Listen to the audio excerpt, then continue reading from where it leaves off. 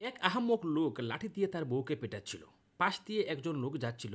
সে এটা দেখে আহাম্মক লোককে বলল, লাঠি দিয়া মাইয়া মানুষকে পিটাইতে নাই, লাঠি দিয়া জন্তু জানোয়ারদেরকে পিটাইতে হয়। মাইয়া মানুষদেরকে ঠিক করতে হয় আরেকটা মাইয়া মানুষ দিয়া। তার মানে হচ্ছে ওই লোকটা দ্বিতীয় বিয়ে করার ইঙ্গিত দিচ্ছিল। তো আহাম্মক লোকটা তা বুঝতে পারেনি। সে এই লোকটাকে বলল, তুমি আসলে কি বুঝাতে চাইতেছো? কিন্তু বউ কিন্তু সব বুঝে গেছে।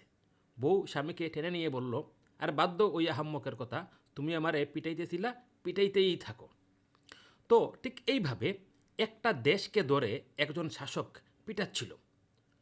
একজন আপনার সুশীল এটা দেখে শাসককে বলল যে, লাঠি দিয়া দেশরে এইভাবে পিটাইলে দেশ ঠিক হইব না। কি করতে হইব? নতুন সরকার দিয়া এই দেশরে পিটাইলে দেশ ঠিক হয়ে যাবে। তো আহাম্মক শাসক কোনো কিছু বুঝতে পারেনি।